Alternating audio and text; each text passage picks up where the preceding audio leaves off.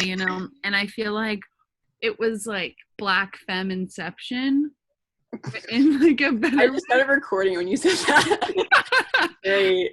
It's like we got a queer inception in the 90s, like fuck you Christopher Nolan, this was better anyway, like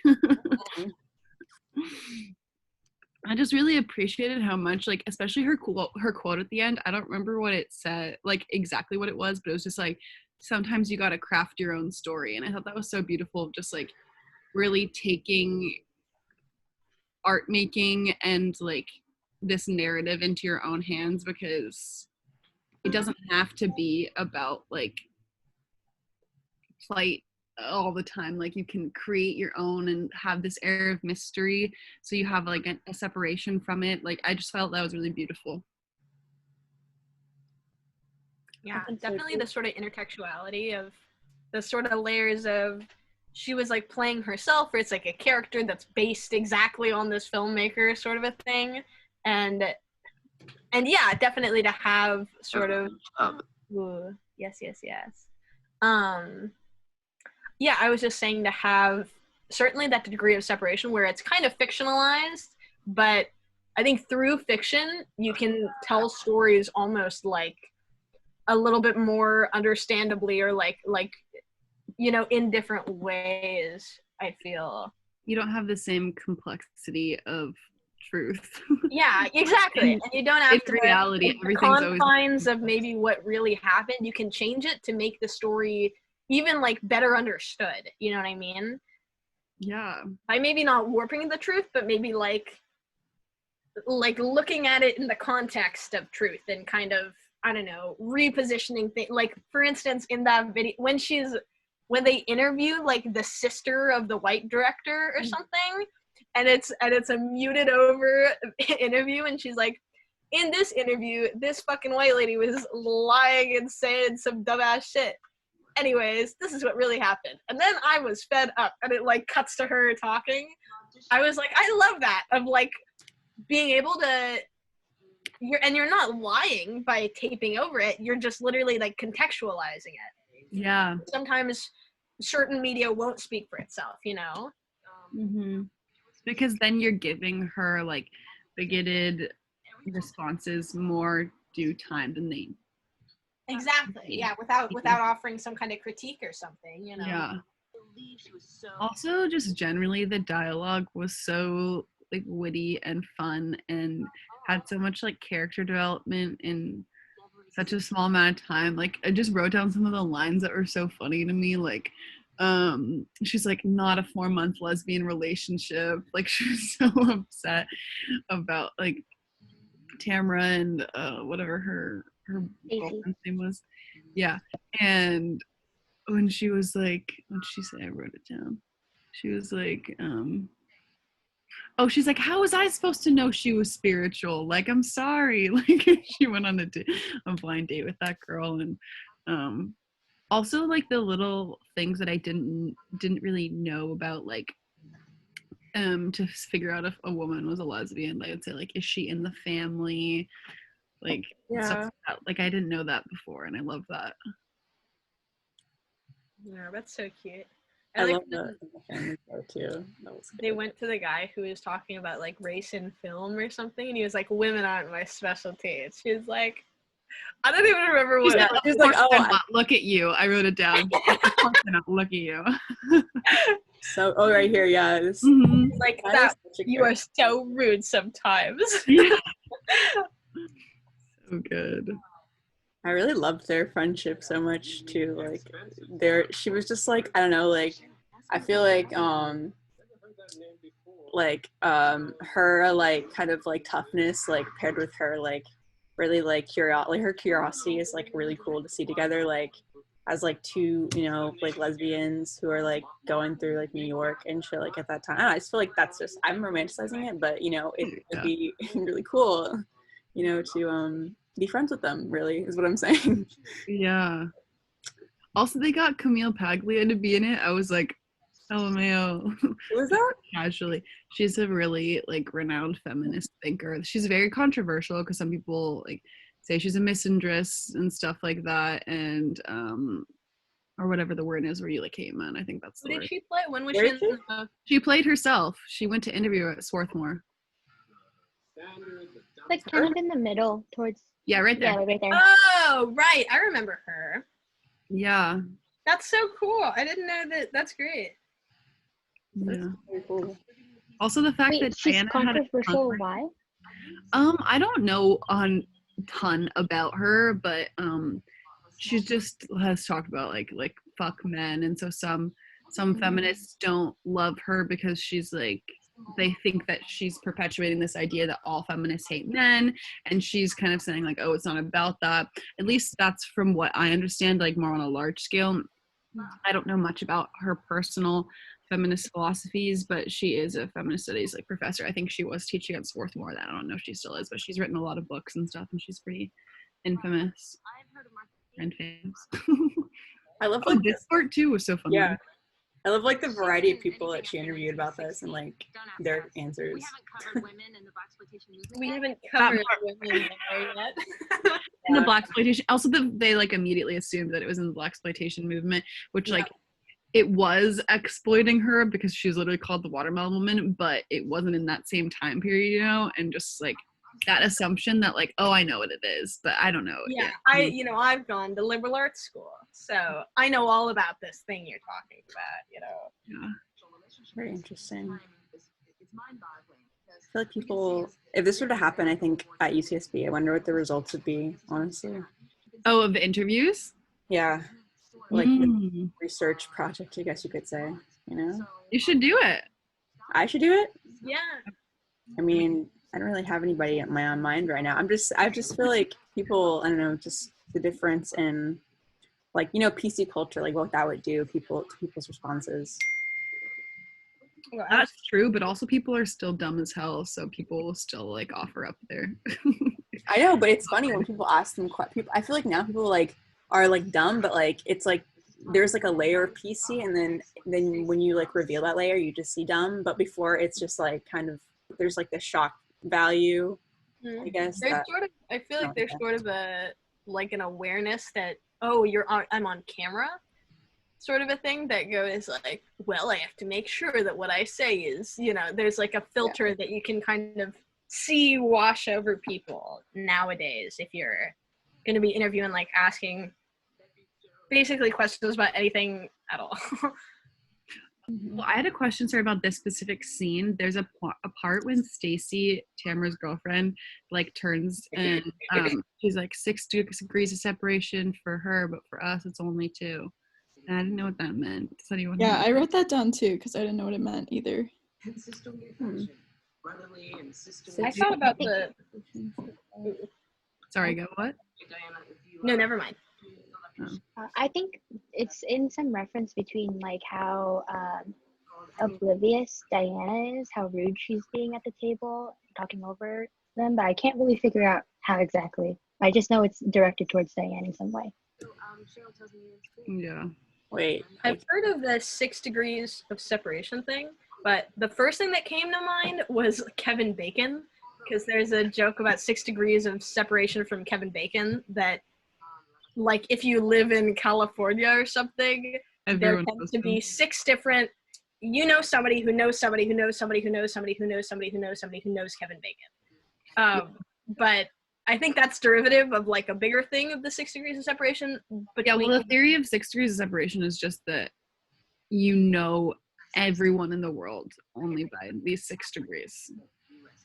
Like, because wait, what was the quote again? Sorry, he said 6 degrees. 6 degrees is more like 2 degrees or something like that. Oh, so like I think it's like but about for networking. Too. Say again. I think you guys talked at the same time. I couldn't really hear you. It was Stacy in a little aside to Tamara said 6 degrees of separation, but for us it's only 2. And like I think that's like networking. Yeah. Networking? Like that kind of in that like terrain, I guess, of like who you know determines like your success in like this country. For sure. Especially because Stacey was like talking about how she knew someone that they could interview. Yeah. Yeah. Mm-hmm. I loved her character so fucking much. She was so great. They all were just so well formed and like fledged characters. So I really appreciated. I didn't know like if this was actually like if it was like I honestly like thought that she was like a real like she was portraying herself like the whole time, and I couldn't tell. I don't know if is she even doing that. Let's see. It's semi-autobiographical, it says. Mm-hmm. Look at her. Ooh, girl. Love to see it. Yeah, I think until she started like dating Diana and she was like, now we're gonna fight, I was kind of like, oh, maybe this is a little bit more fictionalized than I sort of thought at first. Oh my god, the the like alternative white girl that starts working there. Love her. She I thought this was a really interesting scene, like because of like just like what how she sees this versus like how she sees this, you know, like I just like that was interesting. Yeah. You suck. Inco jeans, man. Oh, and how like the boss tries to get Annie to like rat on them, but she doesn't do it. Like she's got some solidarity. Yeah. Annie's down with the cause. Yeah. Love to see it. Oh, the scene when Tamara orders the porn under Martha's name, or not Martha, whatever, Diana's name, that scared the shit out of me. Oh my god. Mm-hmm. I was quite nervous. She seems like such like her character is like the lesbian that I'm like scared of, but I like really lust after. Like, you know, she is that character. And like I felt like so in her shoes. I was like, oh my god, if this happened to me, I would fucking melt. Like I would literally die. She's got good bone structure for a white girl. What'd you say? She's got good bone structure for a white girl. Is that what she said? I quote. Yeah, that's what she said. But also she's a tongue ring. Did you guys notice that? Yes, I did. Yeah, she's a freak. I certainly did. That was the first thing I was like, oh, okay, something else is going on. What is happening? It was so wild. But I felt like there was this whole air of mystery around her about how she just had this like giant apartment that was like empty, you know. That whole thing was so weird. I know. Honestly kind of sus. But maybe not. I don't know. What kind of we were just talking about like the weirdness of the kind of Diana's character who has like big empty apartment and sort of like weird contacts and stuff like that. I don't know. She's very like, I am not privileged, but I like understand why you would think that kind of vibes. Or it's more that she is privileged but she doesn't want to be. No, that too, but I mean I feel like she just doesn't want to like come to terms with like where she is in the world, like basically. Definitely, yeah. Because I mean, clearly, if you're in fucking New York with this giant ass apartment, Philadelphia, by the way, like, and you're like, oh, Phil. Well, they're in Philly, and they go to New York. You're totally right. You're totally right. I remember. Oh. Okay, that's why I got confused. But still, you know, you're in this big ass apartment alone, whatever. And she's like a student, right, or something. Like she's not. She went to school a bunch, but she didn't finish any of that. And then she's now like looking for where to go with no job and buying groceries at this farmer's market and like that sort of a thing. You know, I had 3 boyfriends who were black. Oh my gosh, so many weird things. It's like, and I was just kind of like, what the? Yeah, and sort of the language that she used, even when she was talking about like, oh, this filmmaker we can interview who was friends with or however the fuck they're connected or whatever. Yeah. And she was talking about that, not really using language where I could just feel her like trying to not seem as rich as she is.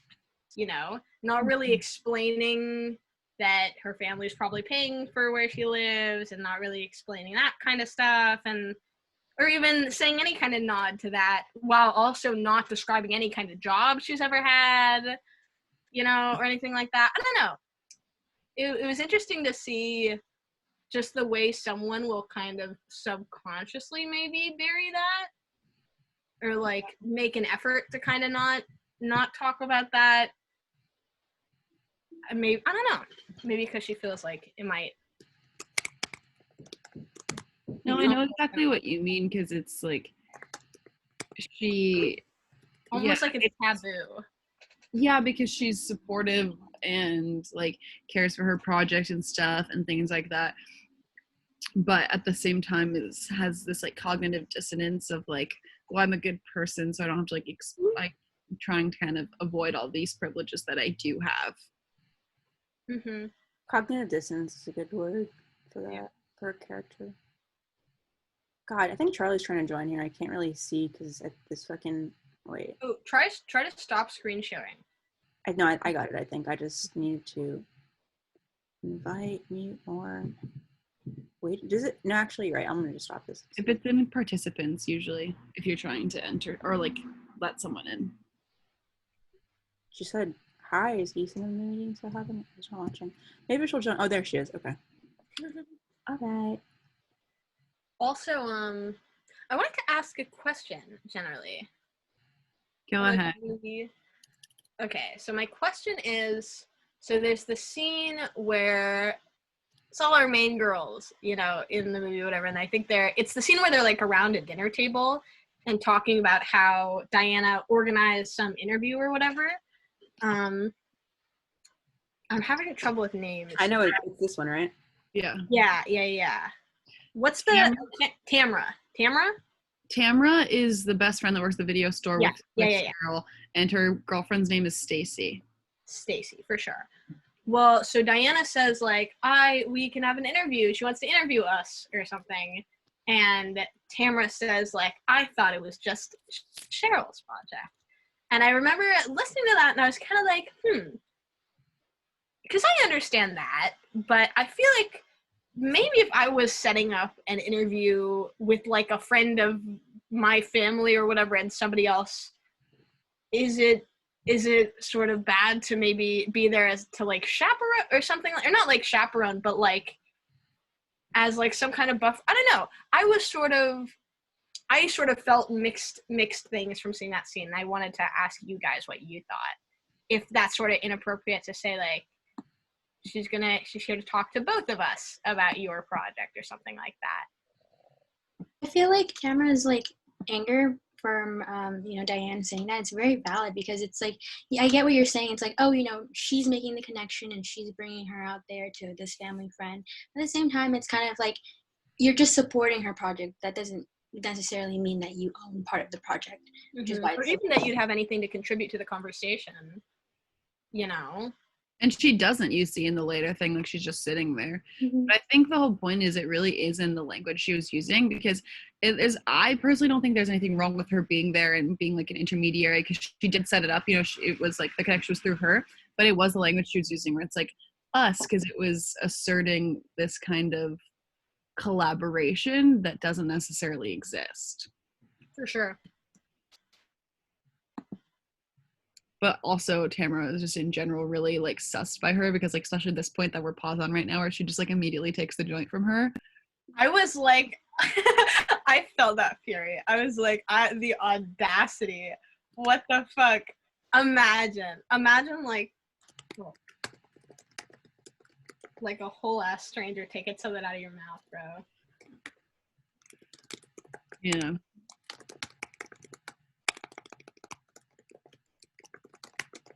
I think the part with the guy at the reference desk I just really loved that library scene in general, because the first cut of it is Cheryl looking through the archives, and then the shot of like Tamra's face like popping in between the I don't know what they're called, like the shelves, and you just see like the shadows on her face, and I just thought that was really beautiful, that just the way that was framed.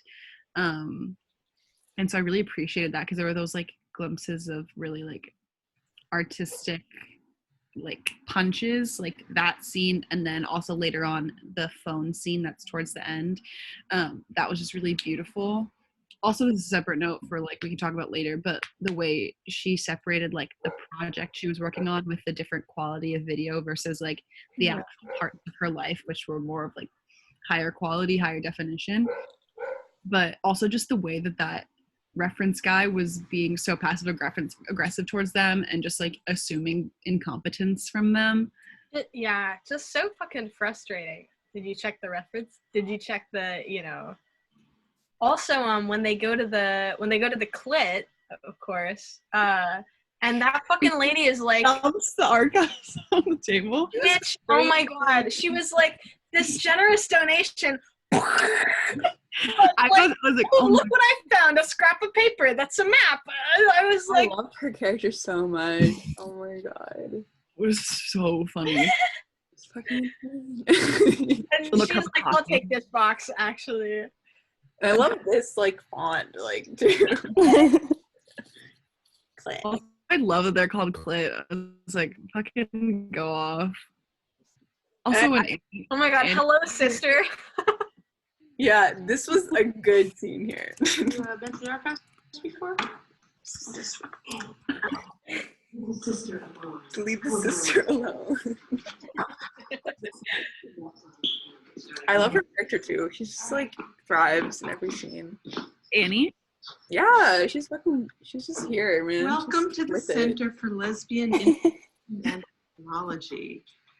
Actually, we're very disorganized here, but it's because we're just a volunteer-run collective, and you know how hard it is. Things take time, but you know someday we're going to have a great system. This honestly felt like KCSB archives. This felt like me telling people eventually it'll be a real job.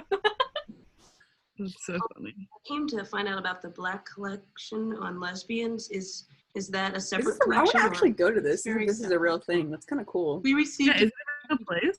I don't think so because I feel like they wouldn't name it Clit. You know what I mean? Also, But I'm every sure like time ones like those exist. Your white people. What'd you say? I'm sure like ones like those exist. I just don't know that's that one specifically. But also, I will never stop calling the comparative lit department Clit. Like, that's just my prerogative. Yeah, absolutely. Oh, Charlie, I swear. Yes. Bro, I was wrong. Oh. Oh. Oh my god, rude. Okay. Well, We were all excited for 1 second. I did love her outfit, though. oh my god. All the outfits in this movie were really good. They're just all tucked in first. Like, Oh, man. it's a good color combo, the green and yellow. But yeah, the way she just dumped it out, it was so funny to me because it was like, she just has this whole soliloquy of like, we take our archives very seriously even though we're disorganized, and then just fucking yeet all that shit on the table. I honestly read it as like kind of mega disrespectful. I thought it was funny, but I was like, damn bitch, you're really talking about all your fucking lesbian archives. Oh, the Black section's completely separate. And then she says that to preserve it and stuff, and it was like, okay, well that's cool if the guy that made it, who is a Black person, wanted it to be separate or whatever. But just the dumping, I was like, you're not even gonna fucking pretend to like care a little bit about this. You're literally dumping on the table like fucking garbage, bro. I was a little. I I was feel pretty annoyed. I don't know if it was like I didn't think of it as like disrespectful. I thought it was just like her character was just like a lunatic and she was just, like doing things like that because that's how she did everything. I think in her own life. For sure. Just the most chaotic energy. But that was the part that was crazy to me, is like the dichotomy of her being like, these are like really important to keep sacred, and then she throws them, and then she's like, you can't take pictures of them because they're sacred and you can't look at them. Oh yeah, that shit at the end, bro. What did I say? Just like, oh my god. Yeah. She's like, I I'm told you taking these were classified. Amy Hannah 5 minutes after sending out that email. God, poor girl. But I really loved the part, oh, this was funny, and she's like, obviously, she's like, I wonder if he was a lesbian, and it of the like author of that book. But the call that she got at the end, that part was, I think, my favorite scene, because it was right when she had gone to the house and she wasn't there and she was all sad, and then she was leaving and it cuts to black for a little while, and then there are just these cut scenes of like a telephone and then pictures, and just like the way that it was shot and edited, I just thought was really beautiful. It's like small. Yeah, it's before that, I think. Tell me when to stop. I think it's before.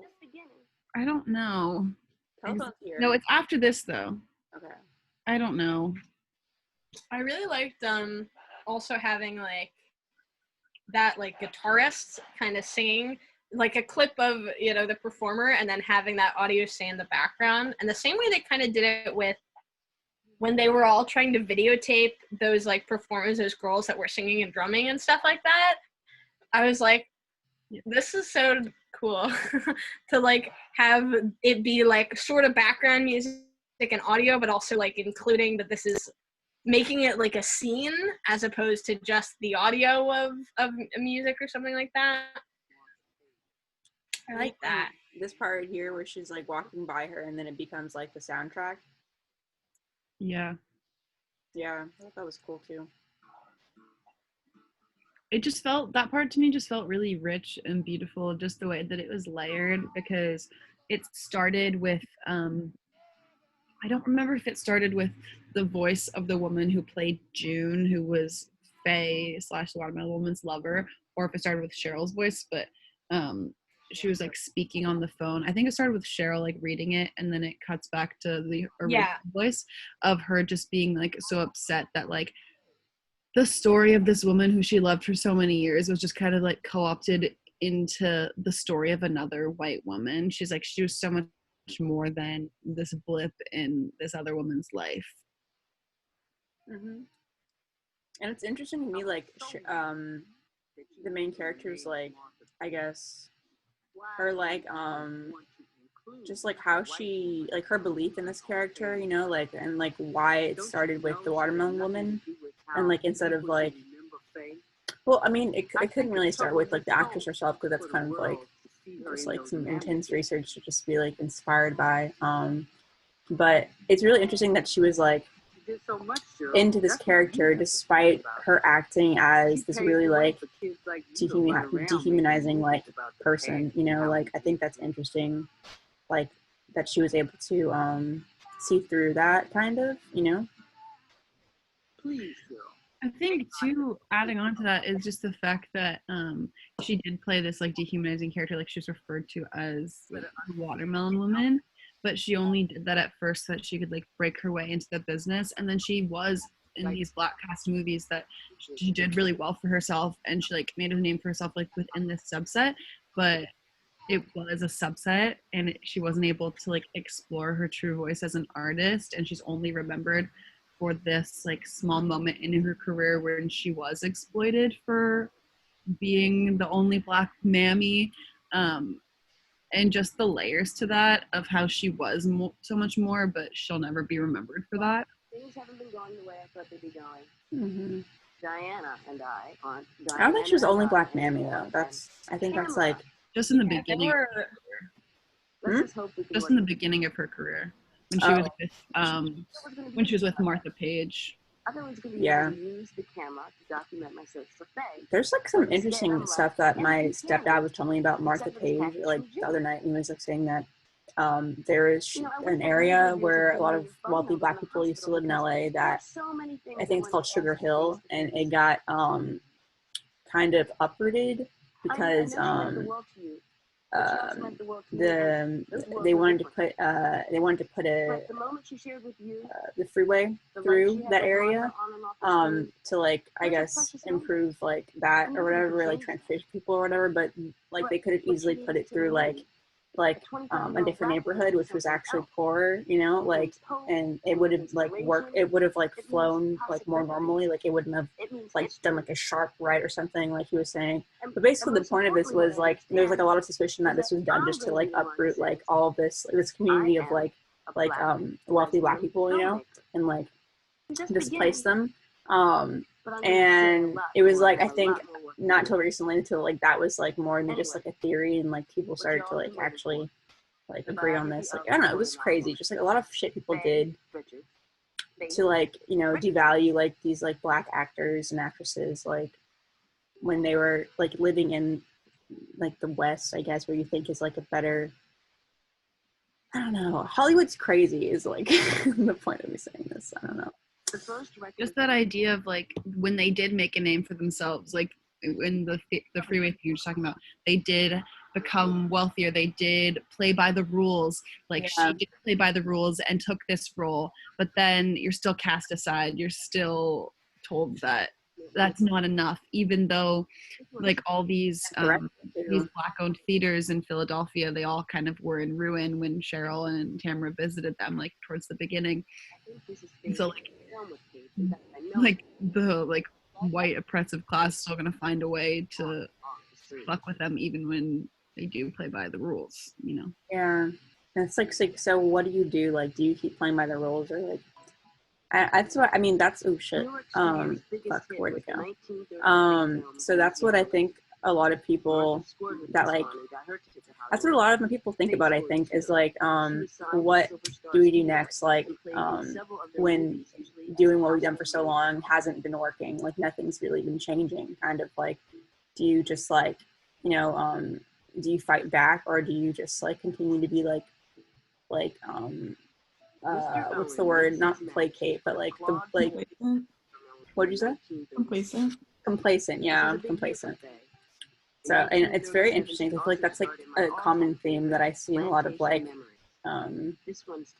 yeah, like Black rises to success or stuff like that. Yeah. I think right after this is the quote that she has at the very end where she says like, make your own story or whatever, which is like basically the final like reveal that this was a character she made up. Yeah, right there. Yeah. Sometimes you have to create your own history. The Watermelon Woman is fiction. And the fact that she was like, you know, performing like her performance is like so. It was just like I didn't know what to think about that. I thought that was like it was cool to see how like into her she was, but it's just like, what is she getting from that performance? You know, like what is? I'm just that's what I was thinking about. Like, what are you getting from that performance of you doing it yourself? Like that specific one, like the Watermelon Woman one. Yeah. I think back to what Maddie was saying earlier, when you like have a performance that's, you know, a fictionalized version of yourself, you're able to distill with more clarity certain parts of yourself that if you were to just edit, you know, like reality show style, just edit your life together, it wouldn't be shown and distilled in that same way. And this way she's able to, you know, write lines and create these dialogues that wouldn't have necessarily existed in the exact same way. I'm sure she's had many conversations like these and situations like these, but you're able to have control and manipulation over what you want your narrative to be, to make it coherent and fiction, creating your own history, like she said at the very end, which I think is really beautiful and has a lot of value. I didn't mean that part, but I know. I mean, like this part where she's like performing like the Watermelon Woman like monologue, like where she's like, "Oh, massive, please," like that whole thing, you know? Oh yeah. That is so. It's like so weird because like that's usually like something that we're not very proud of, like the whole mammy kind of thing. Mm-hmm. Like when you see that like in an antique store, like you're just like, what the fuck? Like, okay. Yeah. Or like Aunt Jemima, you know, like that's fucking weird. Yeah, that part when she was like crying and like it seemed like she was making fun of her almost, which was kind of confusing to me. I also sort of got a mixed message because I was like, you know, so I totally get the thing of maybe she's kind of doing it for fun or like as like a joke on the dialogue or whatever. But I also know, it kept coming to mind how much she talked about how she like loved to see this woman. And whenever she talked about, what was the movie, Plantation Dreams or Plantation something, she was always like, my favorite. You know, she was just the most beautiful woman. Mm-hmm. And I was almost kind of interpreting when she would like recite the lines as like, because she's seen this movie so many times and she genuinely maybe just really, really, really likes this actress and her performance, even though it's, you know, obviously the context is like horrible. I felt like I kept detecting like just genuine affection for the performer. So I was thinking maybe it's something of that, of like, you know, I hate to say like when you know your favorite, all the lines in your favorite movie or something, because clearly like favorite movie is so not what this is, but I just remember her, I don't know, she like talked a lot about watching this movie all the time and stuff like that. So I sort of took it maybe one of those two ways. but I don't know how you guys feel.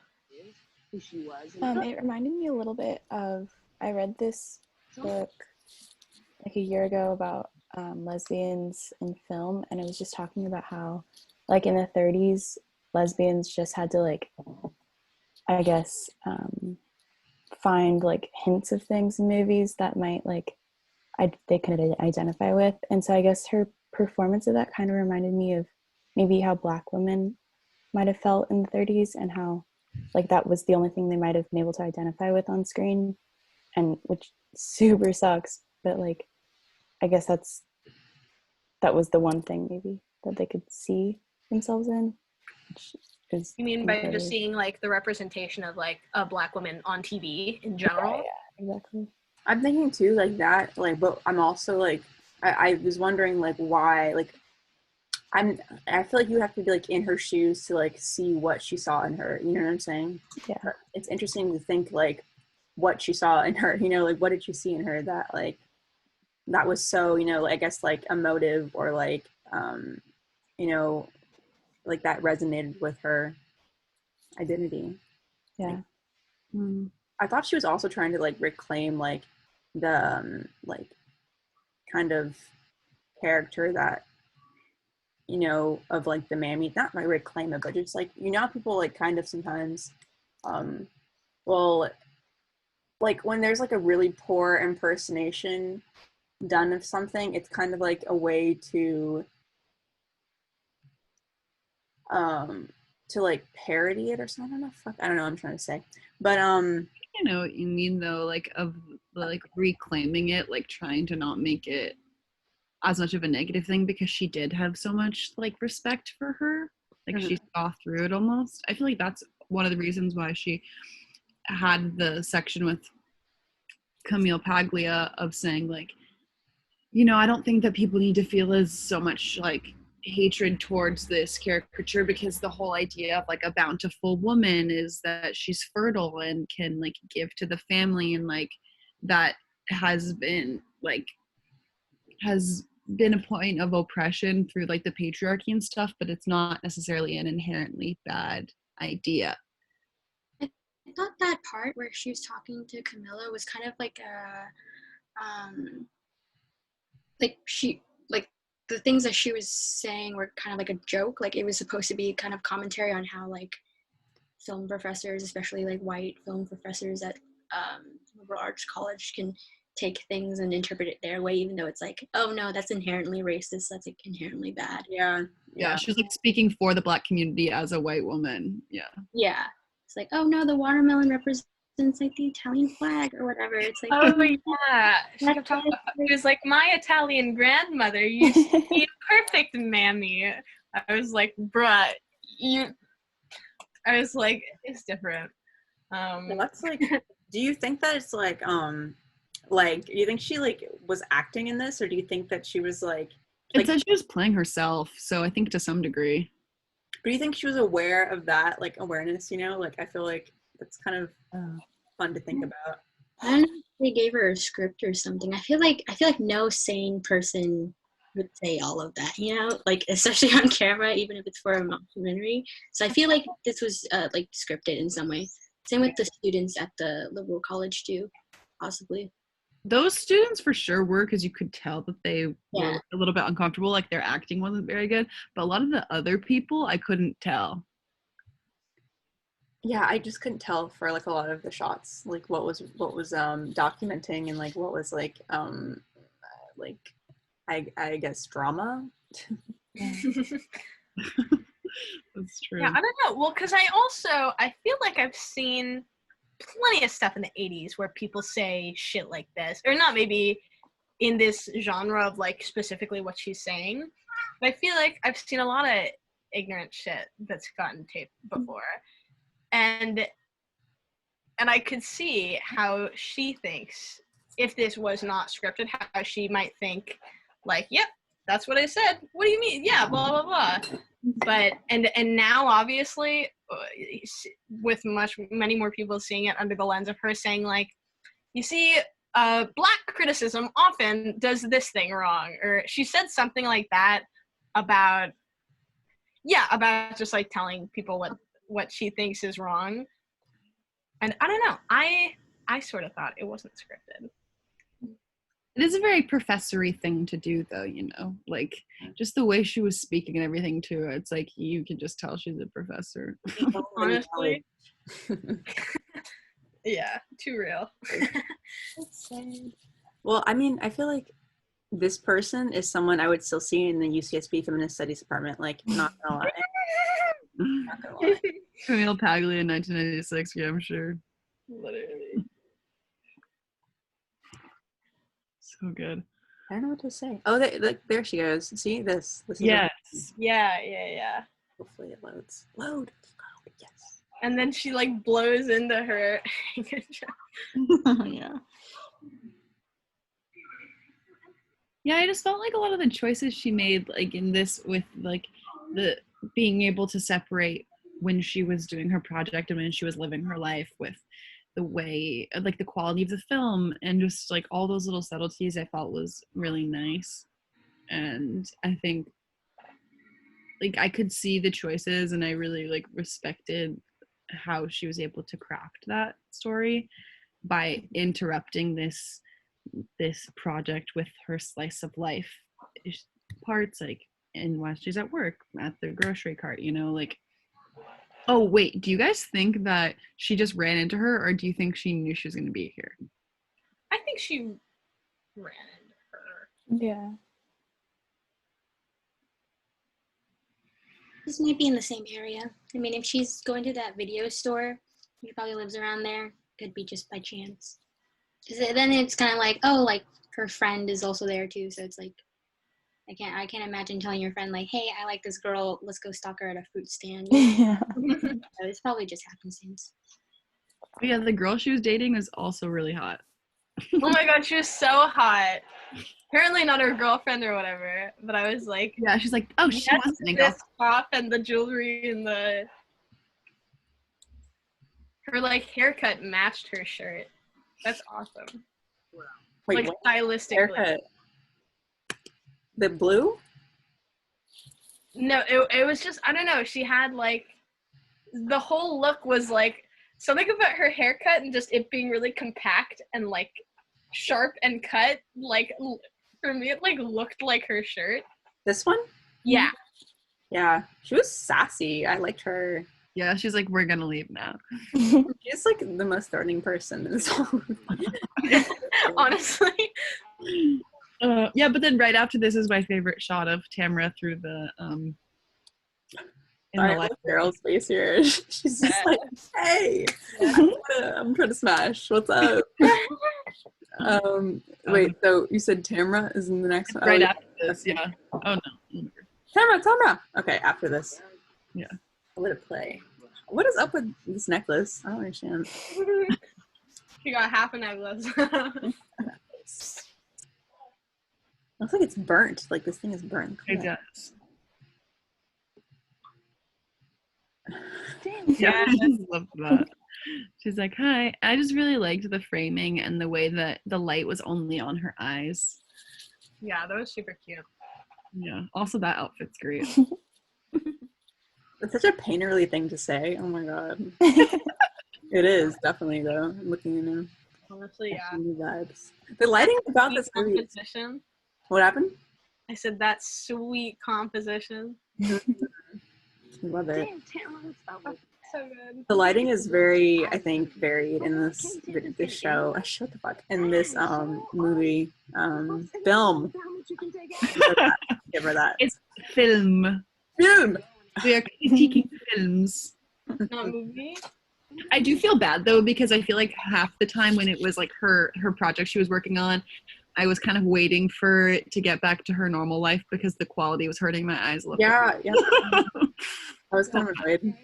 Yeah. Okay. I remember like when I first started the movie, because it started out with it being like the lower quality like video. I was like, oh, so the whole thing is like this kind of documentary style like thing, and then it cut to them in the video store and it was high quality, and I was like, whoa. Like I was just like so taken aback, because I mean it's from like the 90s, so I just kind of, I don't know. Especially like that like graphic here, like the watermelon woman. Yeah. like you think it's gonna be like that the whole time. MTV like fucking energy. Ugh, I do miss early 2000s MTV. That was such a place. Yeah, it was honestly. I remember like watching music videos and just like non-stop watching music. You know what I'm talking about? Like I would wake up at 7 a.m. to watch those VH1 countdowns. The vibes on the TV, man. The fucking TV. TV. Wow. Honestly, MTV Next precipitated Tinder in a way that none of us would have ever known. Whoa, astute. Yeah, that's all I gotta say. Oh, this scene was so funny. I was really waiting to hear how bad her voice was. She really ruined that song for me. I used to really sing to me. And I was like, fuck. I like also that the end of the scene ended with like an abrupt, like in the middle of a line or something, they cut to black. Yeah. Meet the mic. I was like, damn. I just remember being kind of taken aback by like on it. So I had it like on my computer and I was kind of watching the movie, but sometimes I get kind of like, I like to be moving around and doing stuff while I watch things. So I was like writing something down and I just heard that voice and I was like, oh, Jesus Christ. And I tuned in and I was like watching it. Then I went back to writing something down. And then all of a sudden the scene was over and I was like, they really gave her like the hook off the stage. Like, you're done. I love her outfit too. Yeah, her outfit to me feels very West Side Story with the little hair. Oh my god, yes. Really giving her a lot. I was gonna say it just looks like a costume. Like she's like in a costume. For real. This was making me really want to go to a gay karaoke bar though. That sounds so fun. Yeah. Wow. First thing to do. You know, when is quarantine over? I don't know, actually. I think it technically like kind of is, but it's for sure not. Like we're sure can't do that. So I heard bars are opening, which is like really insane. I've seen people go to bars, like people from my high school, because everyone here's conservative, so they didn't really care. I don't know. Wild. That's crazy. Oh, her mom was so sweet. Yeah, I love her. I love their like, mom. She's like, are you raising your voice? Are you yelling at me? She's like, are you gonna speak to your mother like that? Oh yeah. Your memory is unreal, dude. Line by line. Okay. Natalie just recites the whole movie for us. I get costume changes too. Her glasses are thick. I really wanted to know about props though. So I was like, who made that VHS sleeve? Because that's a fake movie. Probably the same who made the movies. What'd you say? Probably the same like people who like made the movies. Right. So interesting. And it's like, I know this movie's like not real or whatever, but I just kept being like, I'm sure there is some real stuff that they talk about, but thinking that even like the history in it is like kind of totally fiction, probably based on real stuff, but you know, that's so interesting. Just, I don't know, just like mockumentary is like a mockumentary that's not shot like a mockumentary, you know, like it's shot like a documentary. It's shot like facts, not like, you know, a joke or like they don't even say anything about it being fictionalized at the beginning, you know? Yeah. And I think I just read, because I Googled it to watch it, and it's something about she's playing herself in this fiction movie. So I went into it thinking like, oh, that's kind of, the stuff they're talking about is sort of fiction. But even then I kind of, for some reason I thought like the watermelon was some kind of icon or something, because in my Black Queer Studies class, we've been reading a lot of stuff about, you know, like old lesbian archetypes and like in like Black lesbian stuff and whatever, which is pretty clutch. But link, isn't that archive through? Heck yeah, absolutely. Yeah. This is really, I love how creative this is. Like, I really want to, I'm inspired, you know? I'm fucking inspired. I want to make one of these. It was just so layered and beautiful, and I feel like it was just, the thing about it is it made it look easy. Like, this was like, oh, she just picked up her camera. Like, this shit's not that hard, but this is hard. Like, the way it's so layered and detailed and, like, creates this whole world that's real and unreal and really blends the lines. I think that's so fun of just that idea that it can be whatever you want and keep people guessing. Maybe that's a commentary on the queer lens. All right, there we I go. think it is. You think it is? I think it I is. do think it is. I just am thinking about their relationship and how much I love it. Of even when they're talking about movies and Tamara's like, you just keep watching those old stupid movies, and she's like, it's better than just watching porn all the time.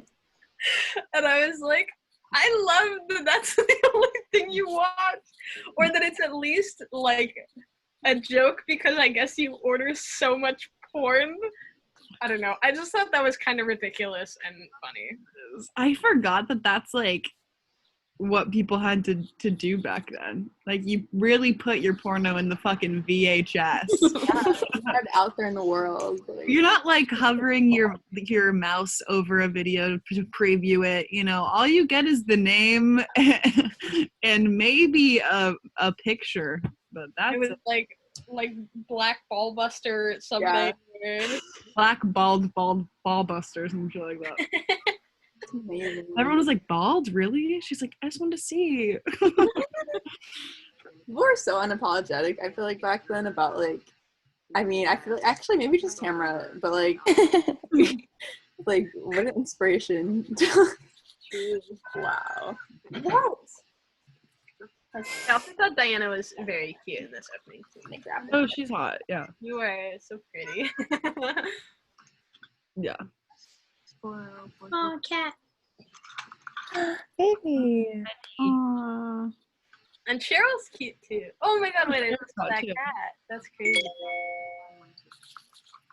I just Also like at the end when she said she was 25, I was like, oh my god, making her first feature at 25, like go the fuck off. No, right? She was just like fresh out of the wedding with like videographer, and she's like, oh, Yeah. like I was like, fuck yeah. Yeah. She's like filming the cityscapes. She's like, this is what they need for their wedding things. Gotta be gritty. They're Yeah. like, absolutely not. They do not want this shit. I loved that they like that's something that they were talking about when they were filming like on like a commission. They're like, well, they're paying for my point of view, so I'm gonna focus on what I want to focus on, like even if it's their wedding. Like Yeah. I thought that was so great. and then the photographers in the beginning where she's like, get the fuck out of the shot, and it's two like Orthodox Jewish photographers. It was just like it's so interesting, you know, just I don't know, the people that are kind of the people that aren't even described in this movie, but just the characters you kind of see around are just like kind of recognizable. I don't know, it was interesting. I love the like shit. There's like 3 cuts where it's like music video B-roll where they're on the Yeah. kind of doing a little like dance. I'm like, what the? This is so 90s, like so 90s. Yeah. So fun. I was trying to figure out who was getting married in this the whole time. Mm-hmm. I'm like, what's the significance of the 2 different, like, multiracial marriage? That's not it. That's really not it. Like, I was very interested for that for a minute, and I was like, I thought that it was gonna be mostly about this wedding. I was like, okay, this is a movie at a wedding. Like, I thought she was going to be, coming back to this, and this was sort of a project she'd be working on. But I liked it kind of as an establishing, just like, because it's like about not Tamara, what's her name, Cheryl, and like that's it. Like it's about Cheryl, like in her worldview, basically. Yeah, and you get to see like it's just more character development. Like, oh, this is obviously like her side hustle. Like, she doesn't really give a shit about this, but like, this is what's helping her get to her ultimate goal. Like, she's able to use these cameras and stuff. Oh, also, we didn't even mention that one little part where she had like a little run-in with the police, and they were like, "You boy, you got crack on you," and she's like, "I am a woman." I really love how like composed she was during that. I feel like, or not composed, or just like elegant, I guess, about it. Like, is that the right word? I don't know. She just didn't really seem like it really shook her. Like, I feel like I would be like, okay, stop, bye. Like, you know, like she was just like, what the fuck, weird. Okay, bye. You know, I'm gonna keep doing my little video like project. Yeah, they never came back to it again. It just happened and then. But I think that's where the did they beautiful go? part because all of this was slice of life. It was giving us, yeah, right there, perfect. Did they not get? Did she not say anything? Maybe make that up. It was giving us all these little parts that like are such like a part of life. You know, it's like if your car runs like gets burnt out and you have to go try and find help, and then you get harassed. You know, it's like it didn't need to be. We didn't have to come back to it because this wasn't the point of the film. It was just to show that this is part of life. And like you were saying, Tess, if she was like almost composed, like cause she was like it was just showing to me how this has happened to her so many times, and she's just like have to fucking deal with it, which is obviously guys. I'm gonna have to get going to an XCOM meeting. But it's been great chatting. Nice Much to love. see you. Nice seeing you, Maddie. Thanks for I'll coming. see you guys next week for whatever movie we watch. Yeah. Okay. Unless, does anyone else have anything else they want to bring up? That's I hasn't was been gonna said. say, like, I really liked, I mean, kind of like what we were talking about already, how it's like little cuts of life, how with like Diane, it didn't really like add up to anything in the end. Like she just kind of like faded away from like the storyline. Mm-hmm. And I think that that like reflects a lot about like real life is sometimes you just like stop talking to people and like that's it. Like there's no like, I don't know, moral of the story. I mean, you can take what you will from it, but Yeah. I liked that it like wasn't about her at the end. Yeah, there's no big dramatic breakup, and like the story wasn't about her. She just happened to be there. Yeah. And it does just like kind of fade out, like, and it's not really like, and sometimes you don't have the words to like make it a dramatic breakup or something. You know what I'm saying? Yeah. So I thought that was cool too.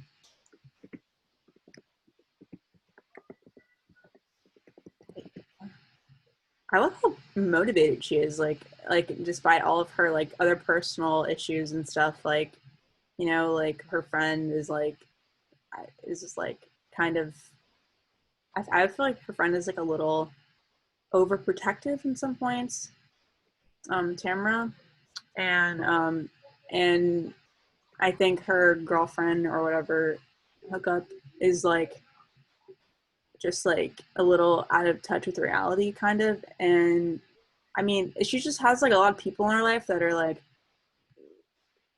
I don't know, you could make it very dramatic, but she's just kind of like going with the flow, like you're saying, you know, and she's just like, I'm gonna keep doing what I came in to do, and this is what I'm doing, like regardless if other people are like, I don't know, I think that's cool.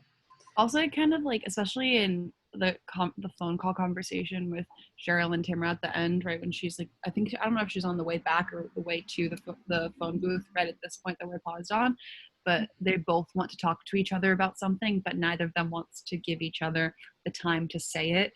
Right there, where they just both are a little bit selfish, because like Tamara's always talking about Stacy, and she's like, oh, I just want to have a little nookie, she said, which was so funny. She's like, I just want to have a little nookie. And then Cheryl's like, well, maybe she is busy and you don't, like, it doesn't revolve around you, and how they both in a way are in their own little worlds. Like Tamara's more involved in her relationship, and I think that's a little bit more of like a commentary on like queer relationships at this time, and how you kind of like get involved fast. Like my favorite line being, it's like a 4-month lesbian relationship, and how she was just like rolling her eyes at that.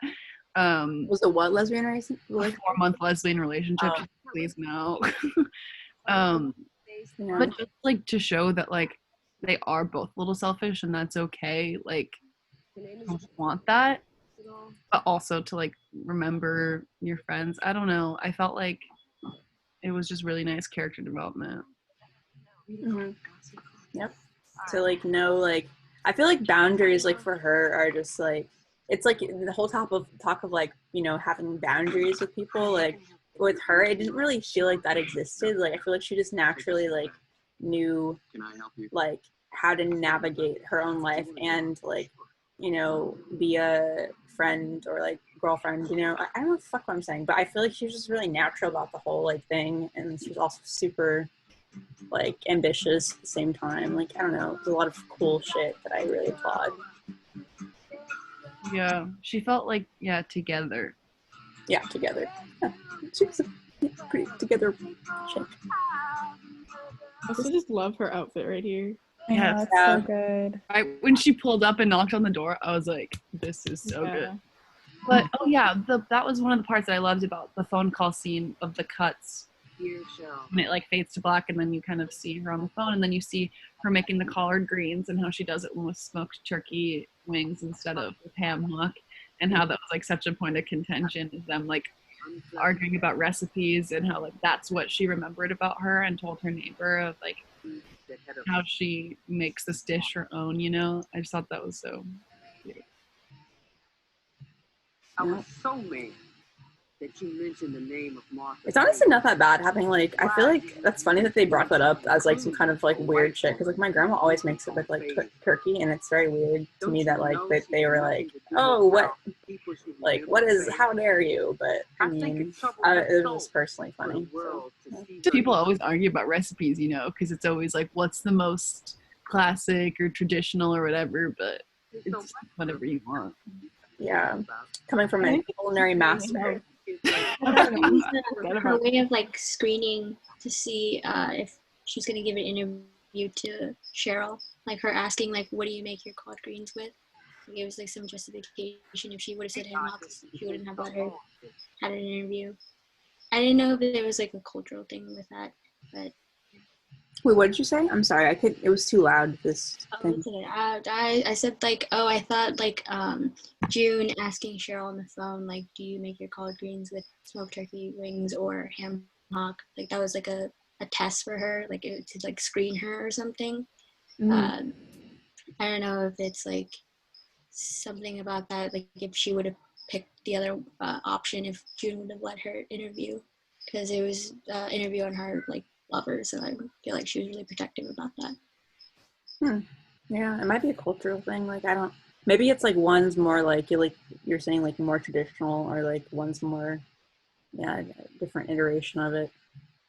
I feel like she's like, are you down with us, or are you just like one of these like fly by night, dare I say? I feel like that doesn't really apply to this, but I think that kind of sounds like it does, like that this kind of like person that's just here and there. I don't know what I'm trying to say, but yeah, definitely interesting.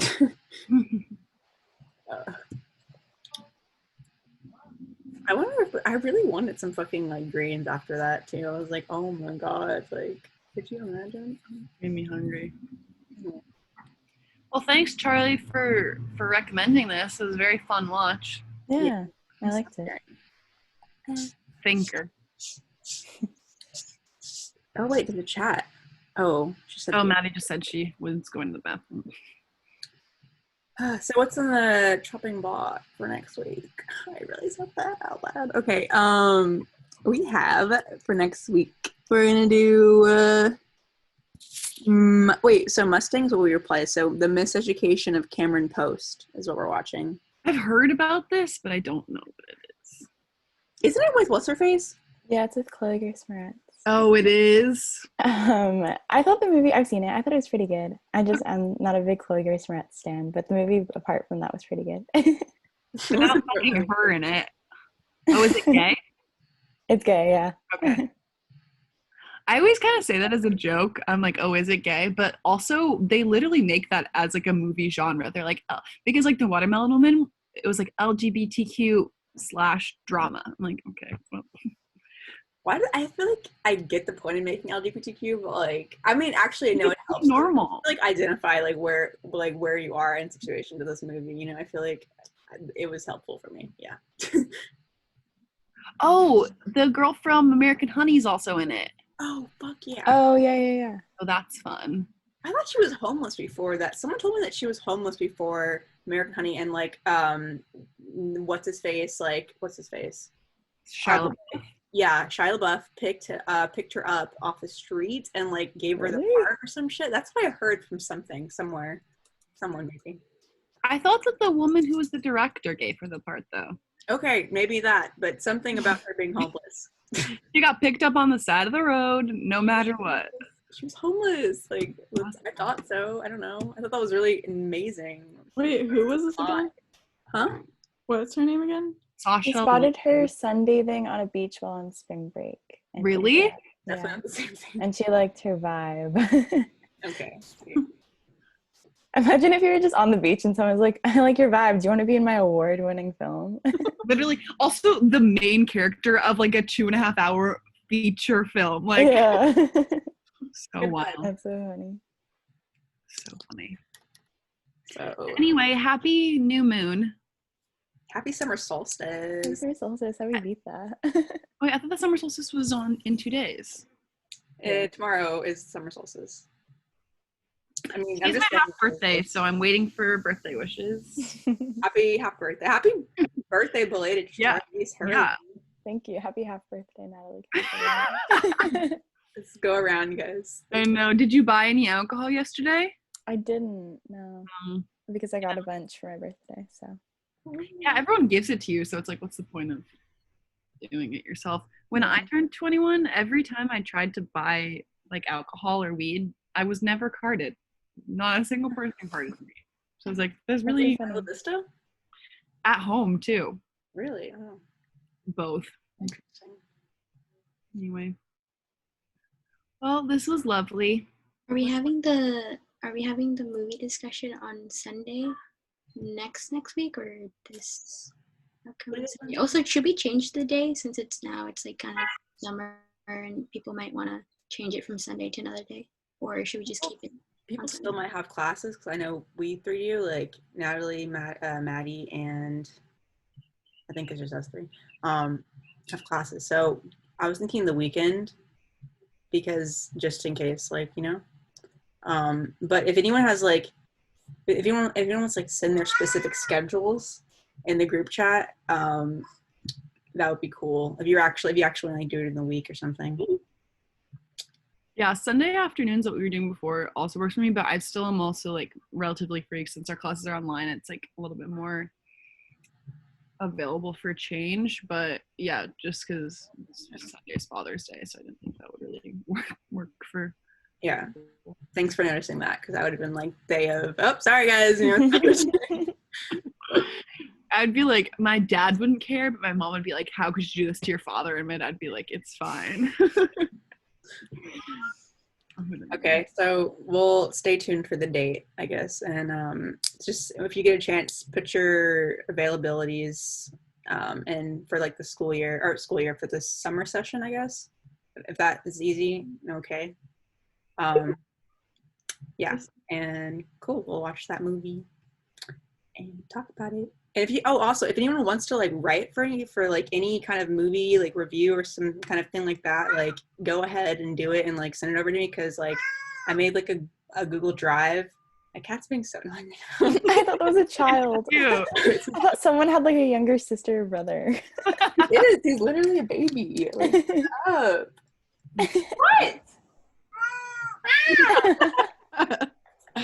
Okay. I love it when cats are vocal. Uh-huh. Yeah.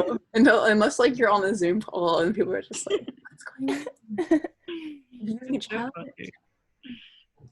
So yeah, if you guys want to write something, I will send the Drive link again in there, and you have to just write it and then put it in a folder, and then I want to publish this shit, like make a online zine, you know, but like Yeah.